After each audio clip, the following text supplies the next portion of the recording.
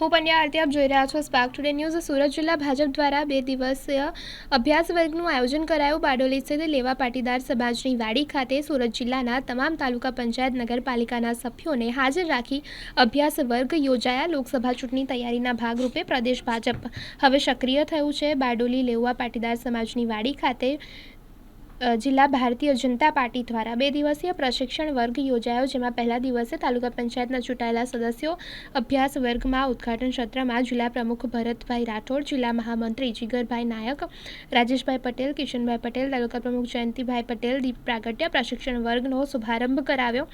પહેલા સત્રમાં વક્તા તરીકે ડૉક્ટર પ્રકાશચંદ્ર પટેલ અને સંયોજક પ્રશિક્ષણ વર્ગ ગુજરાત પ્રદેશે પાર્ટીનો ઇતિહાસ, વિચારવાર, ભાગીદાર જનાધાર વિસ્તાર અંગે રજૂઆત કરી।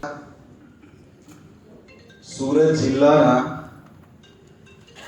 તાલુકા પંચાયત સભ્યના પ્રશિક્ષણ શિબિર ઇન્ચાર્જ અને વર્ષોથી સંગઠનમાં ખૂબ જ સક્રિય રીતે કામ કરતા એવા ભાઈ શ્રી પ્રકાશચંદ્રજી, રાષ્ટ્રીય ભારતીય જનતા પાર્ટી તેમજ ગુજરાત પ્રદેશ ભારતીય જનતા પાર્ટી દ્વારા ગુજરાતભરની અંદર નગરપાલિકાના કોર્પોરેટરો હોય, જિલ્લા પંચાયતના સદસ્યો હોય કે તાલુકા પંચાયતના સદસ્યશ્રીઓ હોય, એમના માટે સમગ્ર ગુજરાતમાં પ્રશિક્ષણ શિબિરનું આયોજન કરવામાં આવેલ છે। ભારતીય જનતા પાર્ટી વૈચારિક અને સિદ્ધાંત ઉપર ચાલનારી પાર્ટી છે।